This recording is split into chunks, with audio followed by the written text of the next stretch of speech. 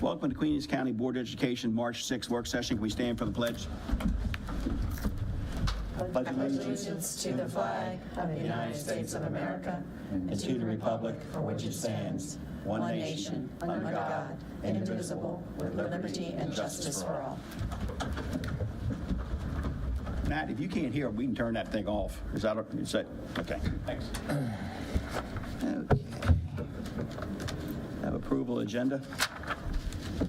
So moved. Second. All in favor say aye. Aye. Aye, the ayes have it. Okay, the first thing will be approval of minutes for March the 2nd closed session. Mr. Smith. So moved. Second. All those in favor say aye. Aye. Ayes have it.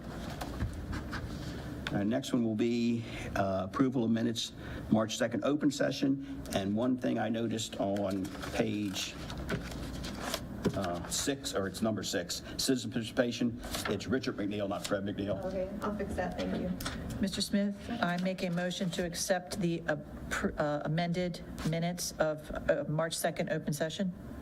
Second. A motion is second. All those in favor say aye. Aye. Ayes have it. Thank you. Next thing will be our minutes for our work session on March the 9th. So moved. Second. All those in favor say aye. Aye. Ayes have it. Thank you. Our next thing will be informational items, our blueprint update.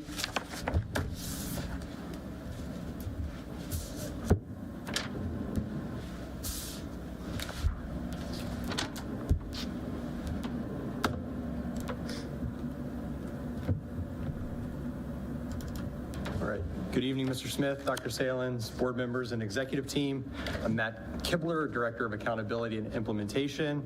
I also want to introduce, too, I have Ms. McNeil here, the Supervisor of Early Childhood. We're going to be talking a little bit about pre-K tonight, so in case you throw a question at me that stumps me or something like that, we've got her here to help us out, too. So. I come to you tonight just to bring you some updates on the blueprint for Maryland's future. I did a sort of an introductory presentation in November, and I want to talk about some legislation that's on the table right now in Annapolis, as well as talk a little bit about what we've been doing to implement the blueprint here in Queen Anne's County. Before we get started, just kind of a general overview reminder.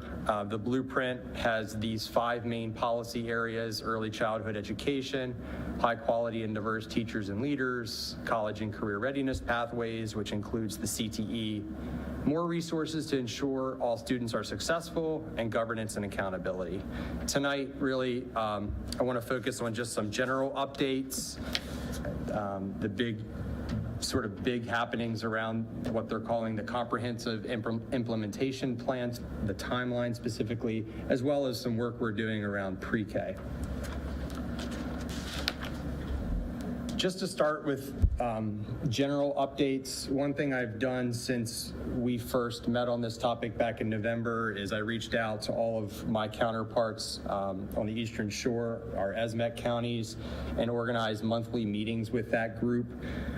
Just so we can kind of get together, ask each other questions. Hey, are you all interpreting this piece of the law like we are? What are you all thinking? And it's really not about standardizing what we're doing or anything like that. It's nice to have a set of resources and colleagues that we can kind of talk through these, and that's been very beneficial. And I know others are doing that as well, not just around the blueprint, but that's been helpful so far. We also meet monthly as blueprint coordinators, so all 24 jurisdictions, we have that. And the MSDE just started recently. I think we've had 2 meetings so far, where all the blueprint coordinators also meet with representation from MSDE, and that's been helpful. If you remember, sort of the state overarching governing body of this is the Accountability and Implementation Board, the AIB. They've been present at a few of our meetings. I had the opportunity to meet with an AIB member with other Eastern Shore counties a few weeks ago, which was really helpful. We could kind of share some of our concerns, hear what they're thinking. So it's been great so far. We have, Dr. Salen started last summer a blueprint advisory work group within the district made up of all kinds of stakeholders, sort of internal stakeholders and in the community and from the commissioner's office. We've slowed down those meetings a little bit. They were meeting monthly starting last summer. We've moved it back to roughly every other month, and I think that'll become evident why when we get into the comprehensive implementation plan timeline. We've actually been advised to slow those groups down by both MABE and the AIB themselves because some of these things are starting to slow down, and what they don't want us to do is go too far down in some of these policy areas and have to reverse course later on. And then the one area we really are working on is we have a local pre-K blueprint work group that we've been meeting roughly every other week, sometimes once a month, and we're going to talk about the 3-year plan we have for expanding access to pre-K in a few minutes. But to start, I want to talk about the comprehensive implementation plan. This slide's a little busy. What's really important in the middle are the dates of February 15th, April 1st, and June 15th. Initially with the blueprint, all districts in Maryland would have to submit a comprehensive implementation plan for the entire blueprint. Hope I don't struggle through that the rest of the night. That's interesting. But by June 15th of this year, the first step to that was the Accountability and Implementation Board letting us know what those plans need to entail by February 15th. On April 1st, we were supposed to get a rubric for that. There's been delays in getting the AIB up and running. You can see sort of some issues above those dates. The AIB didn't get their first employee until February 7th. They are to hire 15 total employees, and they don't expect to have that permanent staff in place until this summer. So really these plans, we've gotten no guidance, and it's just not going to be possible to get this done. So moving on, there's a current House bill, it's 1450, it's being reviewed, and that's going to delay the comprehensive implementation plan, and it's roughly moving the timeline back 9 months.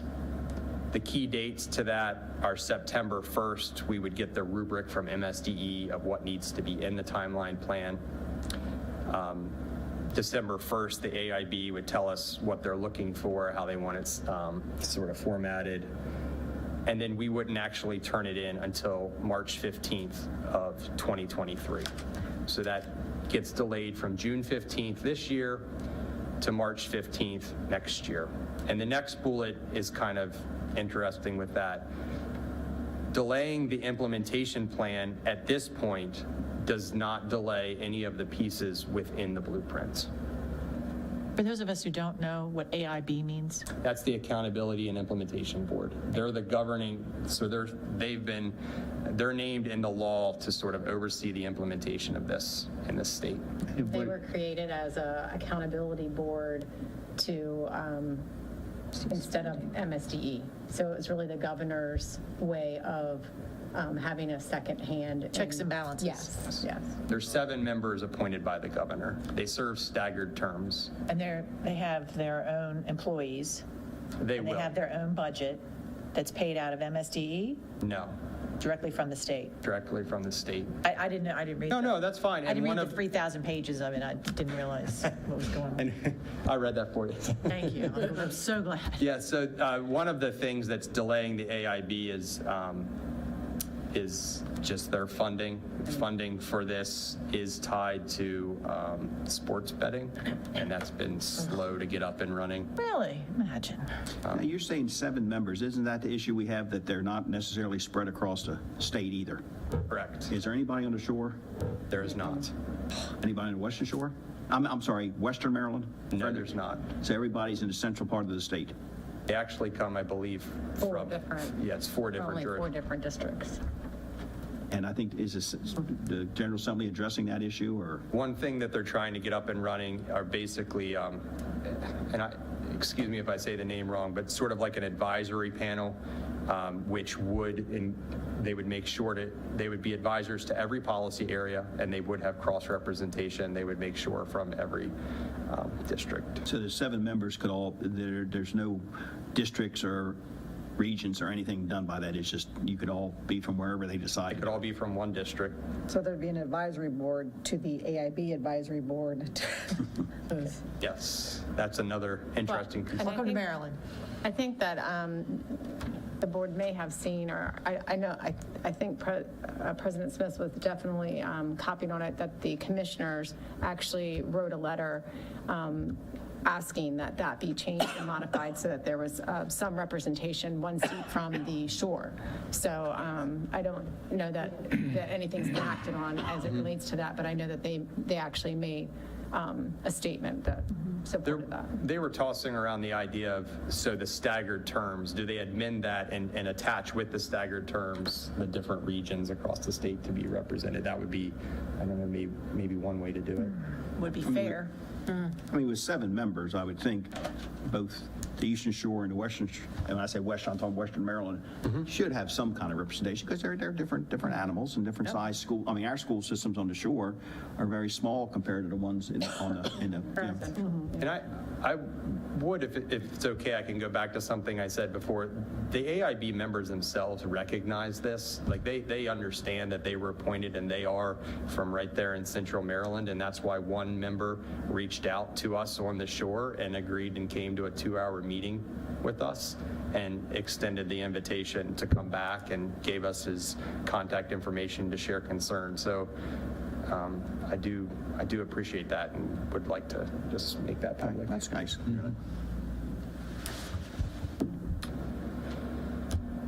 So this slide gets a little even busier. It's why I added before. This comes from the actual AIB public presentation when they met, but this just sort of puts those dates, those new dates, the September 22 date, the December date, and next March 23 on paper. One thing that the AIB is proposing is that rather than us just in June of this year, like it was supposed to be, saying, hey, here's our comprehensive implementation plan, read it over, tell us what you think, accept it or not, ask for changes. What they're proposing is that as we get into the summer and fall and they start working on what it's going to look like, that they would actually extend the offer for work sessions with them as they're developing what the comprehensive plan should look like, where we would almost be working on our plans at the district level, knowing what they're going to put out to us, so that when we hand our plans in next March, we essentially know that it's approved at that time. I like that idea in theory. We will want to be careful that it doesn't make us all standardized doing the exact same thing across the state, that we're still having that local authority to do what makes sense for Queen Anne's County. But that's what they're thinking right now. And MSDE is supportive of that as well. It would be sort of the LEAs with MSDE and the AIB working on it. And can you make that happen without the rubric at this point? So what's interesting about what they've done with this new timeline is they've switched the order, where they're going to give us the rubric first. So the rubric is what we would receive in September. And they're saying that they would want our input over the summer as well, as they're starting to develop that. I have no reason to think that they won't do that. They've been very receptive. They want to come to our meetings. They're asking for seats at our meetings. They want us to be in touch with them, want to know what questions we have.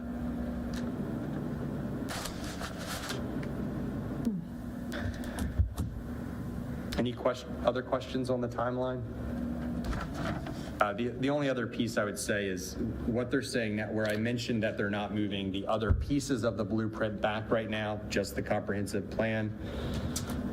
What they'd like to do is, while they're working on the comprehensive plan, if they encounter dates that they think are going to put an undue burden on districts or just unreasonable, they will then take up and push those dates back at that time.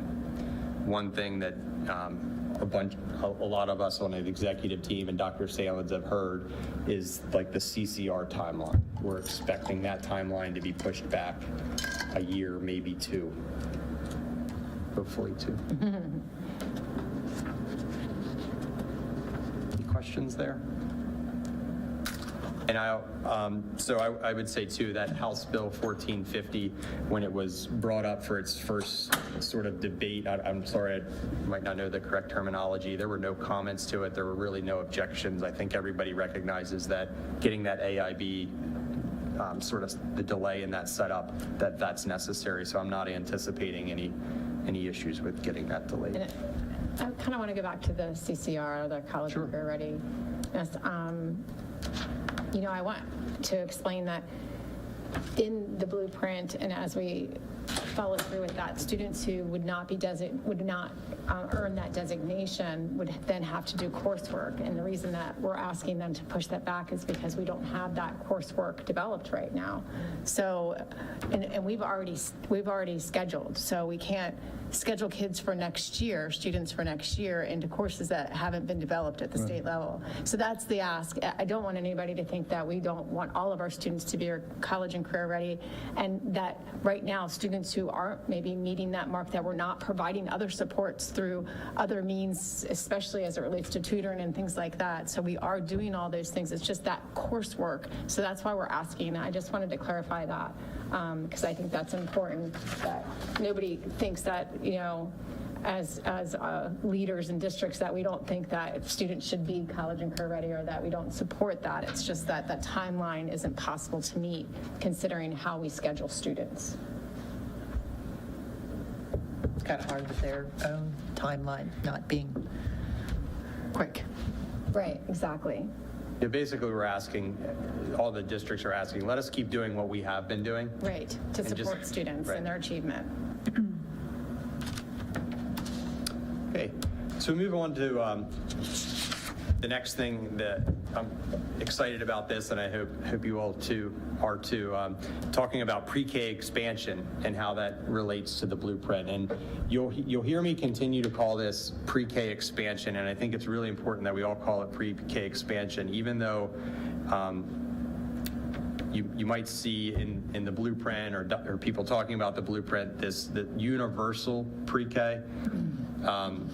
Universal pre-K makes folks instantly think that we're going to have unlimited spots for everybody that's age appropriate for pre-K, and that is really not what this is doing right now. This is expanding access to pre-K, and what we're going to sort of walk you through here is a 3-year plan to get all of our elementary schools up to offering a full-day program, but again, not for all students yet. Just stepping it up. We have half-day programs at 4 schools. 2 schools are full-day right now, but at the end of this 3 years, we would have every school at least offering a full-day program. So what you're saying is you're just opening up for a full-day program, but not changing where there'll be hopefully more students, but that everybody still will not, there could still be a lottery or however we do that by level. Correct. It'll still be There's a tied set to of income criteria, level. right, by income, set of So it's criteria not by going to be open up for income. everybody.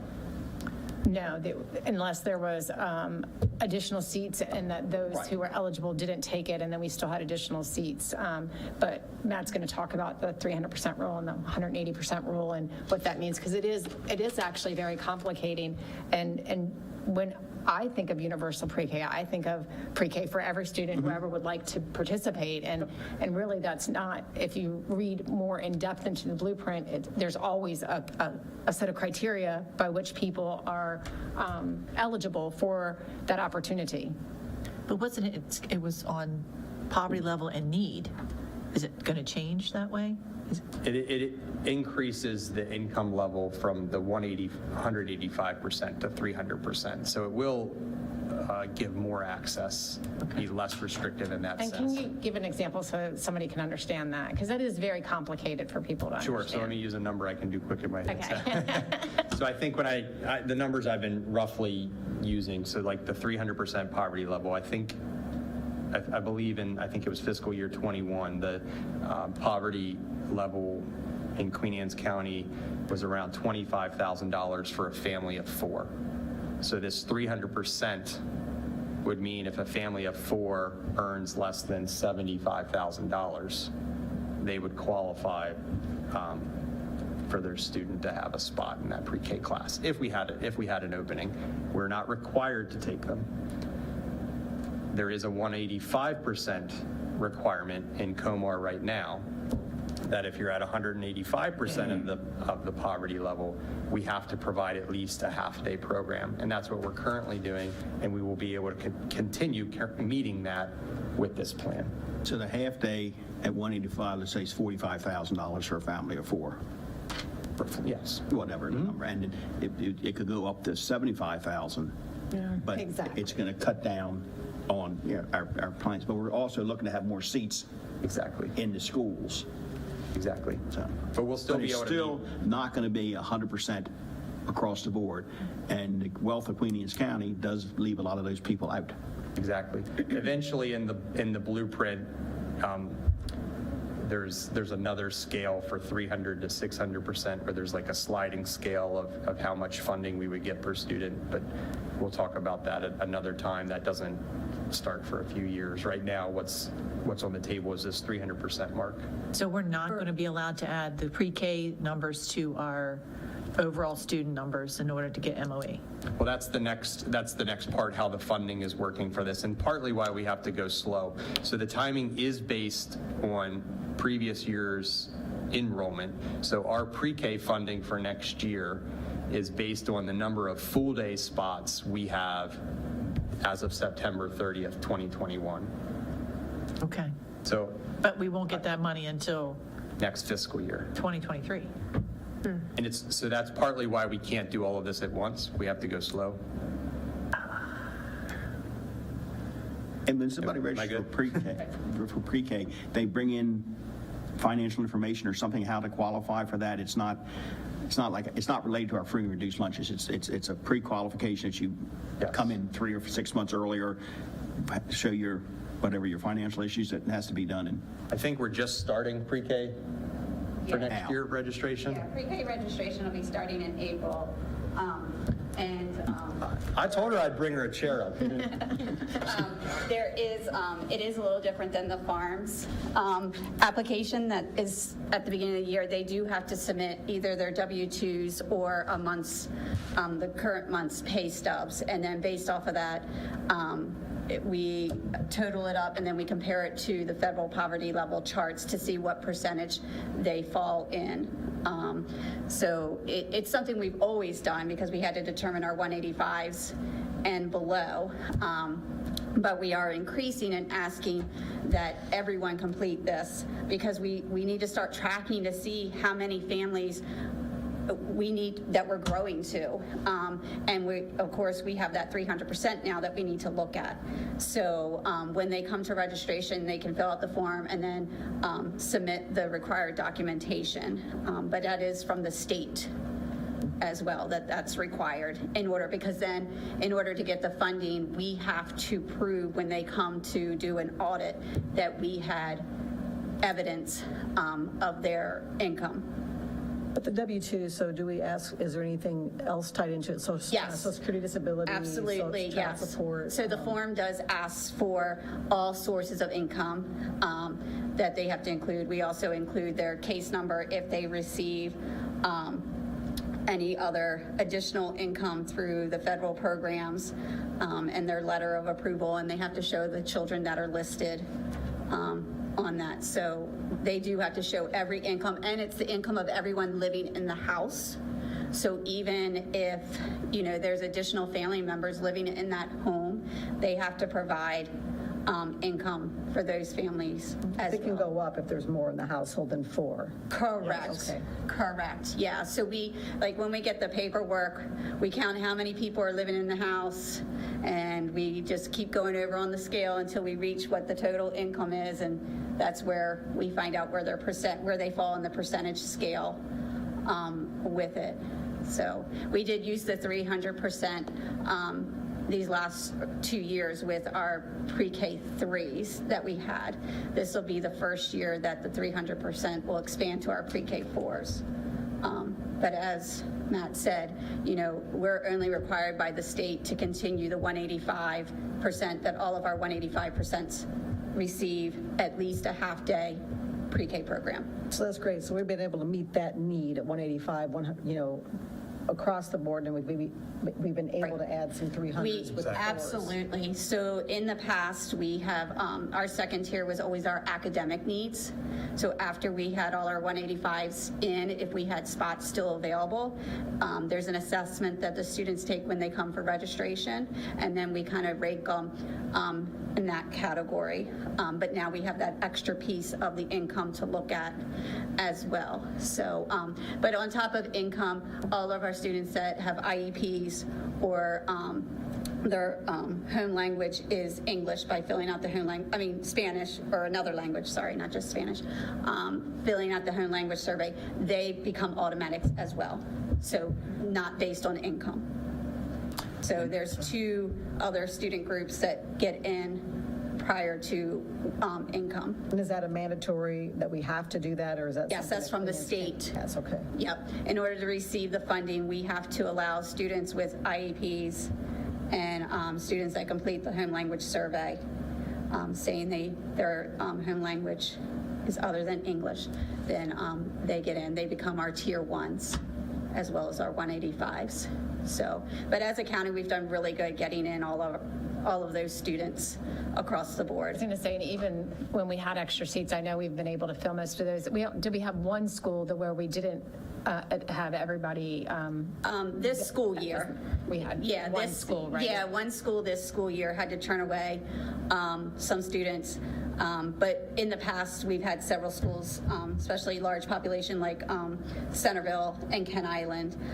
But I think with the pandemic, less people had signed up and registered for pre-K. But we did have a school that had almost a full class size that we had to turn away. But that's one of our schools we're going to expand on. So we're excited about that. So. And when we do this, they ride the bus, I'm assuming, with the elementary Correct. school. Correct. Then there's another bus, if there's a half day, that leaves at Correct. noon. Now, I guess we're figuring all that in with Mr. Pender as far as additional transportation. Absolutely. So our work group that we have involves Sid and also, because as we go into this 3-year plan that he's going to share, it's also looking at building size and space. So, we have Lunchroom Carla. space. Lunchroom space. Yeah, and it's also schedules, meeting with the principals to see how implementing a full day impacts the schedules, their lunch shifts. Yeah, So gym there is time. a large group of us that do meet monthly or sometimes every other week here, just with the people involved in making this work to make decisions. We just had one this week, and talking about our first year of expanding. What does that look like for furniture? Where can we borrow? There's a lot of things to think about when we're, starting to expand. And that's why it's more of an expansion versus, let's just throw out there everybody, because it is going to take some funding and we need to build up our full day spots in order to get the funding back to continue our expansion. So, because there's other requirements that we, in order to get the funding, have to follow. Sorry. No, that's great. Just sort of continuing on that theme, you can see on this slide, by 25, 26, when the blueprint is sort of fully implemented for the pre-K piece, each of our pre-K classrooms will have to have Excel's level 5 accreditation. The teachers will have to be certified teachers, and the classroom assistants requirements are going to go up as well. They have to either have an associate's degree or a CDA certification, so that's new. So in the meantime, sort of getting there to get us to the full blueprint implementation, the grant opportunities that are out there, the pre-K expansion grant, that gives us money that we actually get in the current year where we're expanding. For any half-day spot, we're turning into a full-day spot. The one which is great. The disadvantage to that is the school already has to have that Excel's level 5 accreditation. So when we go on to the next slide and talk about the schools, we can only use that grant in one of the schools next year. And then the transitional funds is how we're doing the rest of the plan here. And the assistant certifications, we're trying to go about that in a regional manner so that it's not a burden on any one district to provide, either reduced costs or no cost to some of the employees so that they can get that. And the state just certification. surveyed us because they're going to provide us some money as well. So they have shared Hopefully with it won't us. cost our employees anything to get that certification, and we'll try to minimize the burden on them to do that. So the districts that work with Chesapeake College, we're trying to get a meeting set up in the next couple weeks with them to talk about what that could look like to help our assistants, so we can all kind of be on the same page. So that's that ESMEC group that we organized, just one of the benefits of that. So again, this 3-year plan we're talking about, that was kind of the background information. Here's what we're thinking. This will have every school offering full day pre-K for our 4-year-olds by the end of the next 3 years, or 3 years when we start next year. Currently, we only have a full day program at Church Hill and Sudlersville. Year 1 next year, we're going to talk about expanding at Matapeak Elementary. They currently have 1 classroom, a teacher and an assistant that teach a half-day program.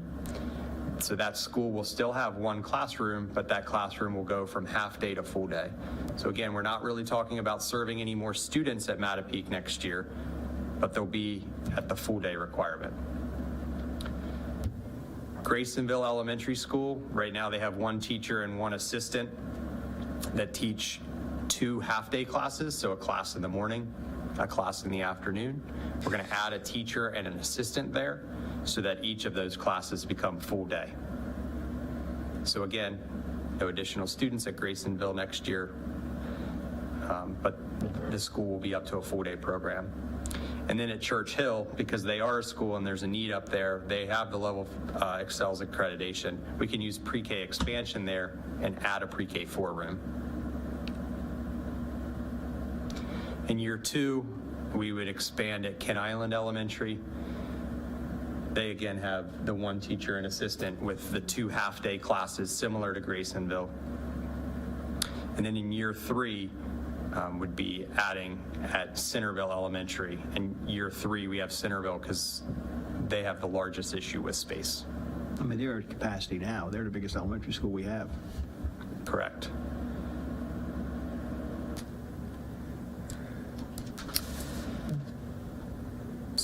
So again, just so everybody knows, this 3-year plan is not universal pre-K or what we've all come to sort of think in our head what universal pre-K is. It's expanded access, and it will get us the full day at all 6 of the elementary schools. Blueprint also addresses pre-K 3.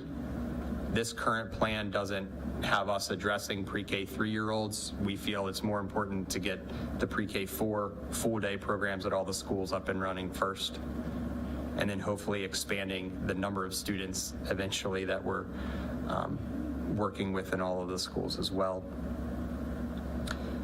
If any of you have sort of looked about any of the legislation with the blueprint also talks about local education agencies working with private providers as well.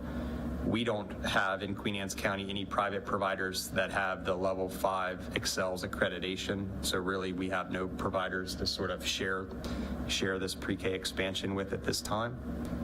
If any of them would make that decision to try to go for that, we would be willing to work with them, but at this time, and that's across the state, that's not just unique to Queen Anne's County. The number of sort of private providers that are thinking about doing this is not matching up with sort of what the initial spirit of the blueprint was, I think. And part of this 3-year plan, what this gives us time, it gives us time to do this right. It gives us time to get our accreditation at all of these schools up and running. Accreditation is not easy to do. Works on staffing so we can staff these schools appropriately, not try to do it all at once. The funding, again, with the lag, this allows us to do this responsibly, excuse me. And The other thing we could do, depending on funding, we could add rooms in some of these schools that we're talking about in this 3-year plan over the next 3 years. If things are going great, additional funds, we know we have pre-K teachers available and assistants.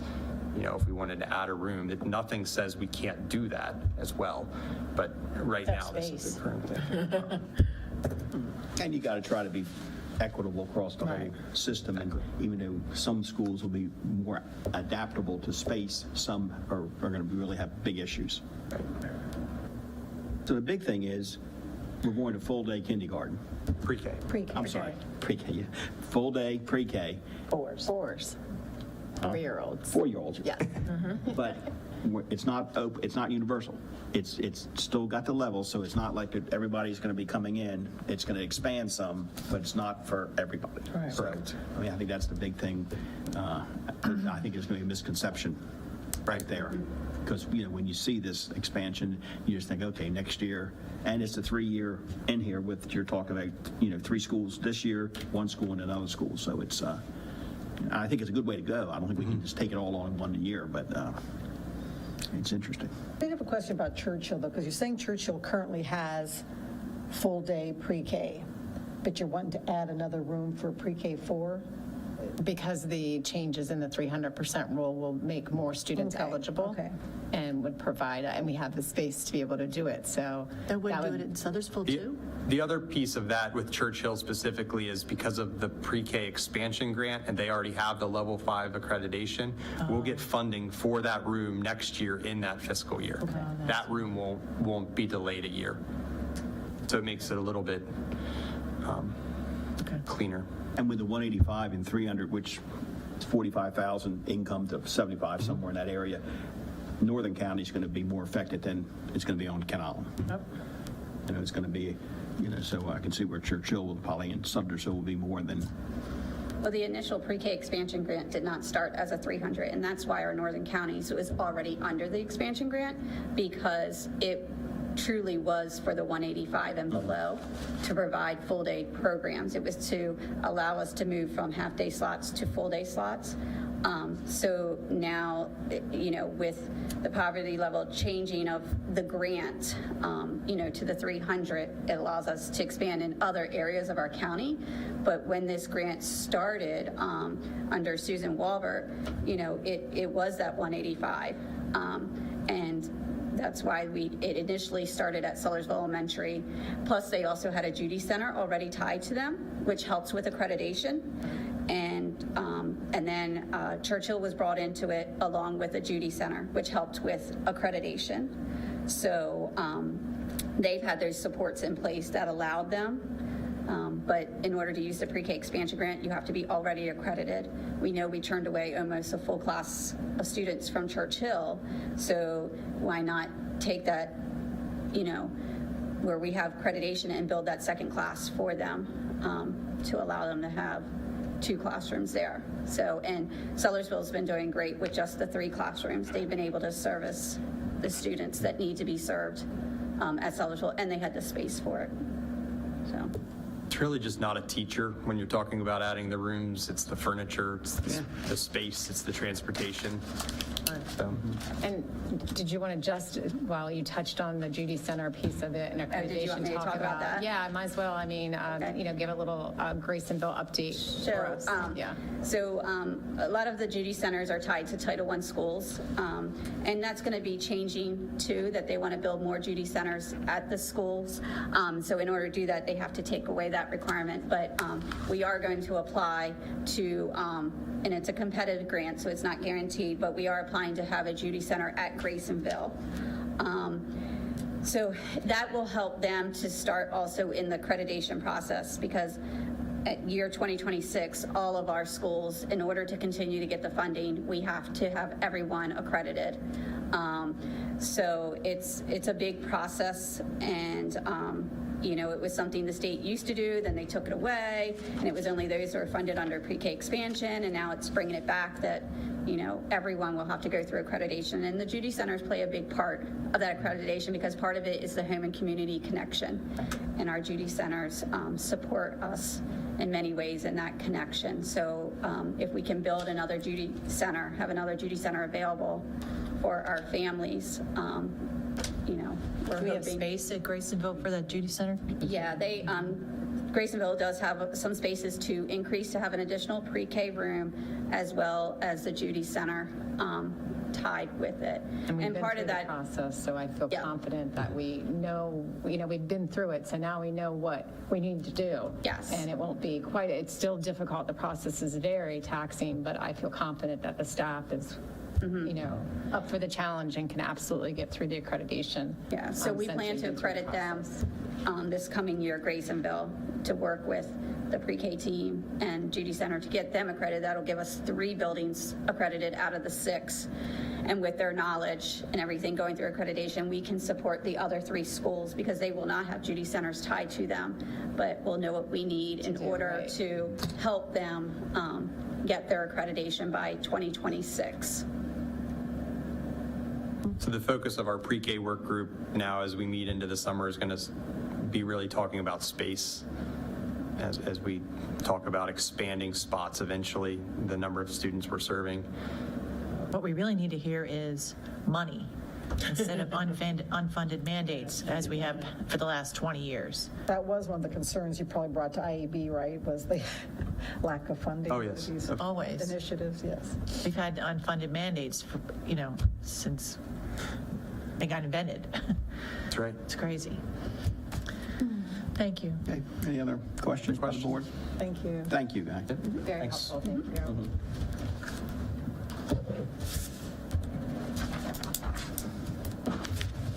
Okay, we have no board action items. A couple things. Everybody had in front of them school board meeting schedule for next year. Everybody just take a look at that over the next couple of weeks, and we'll put that on the meeting for April.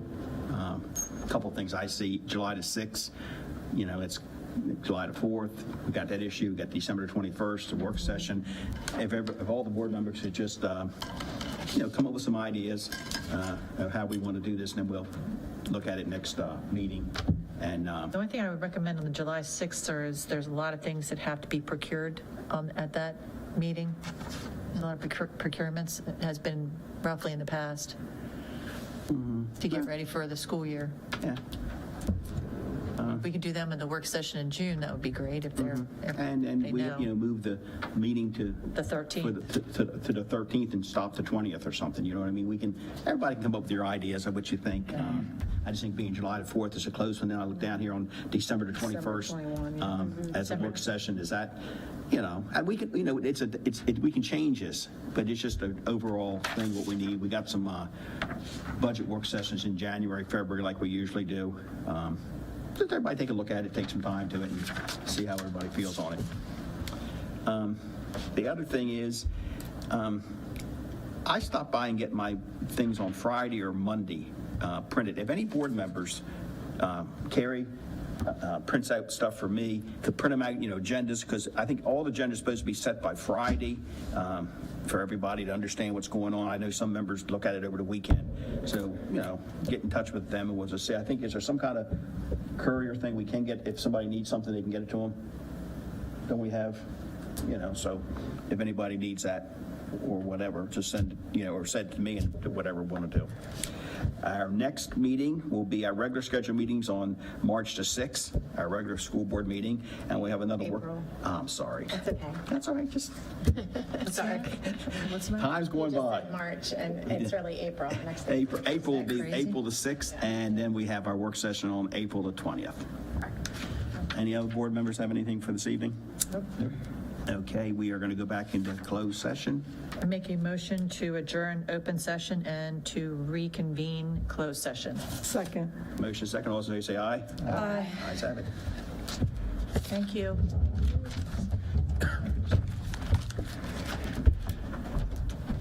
You're just doing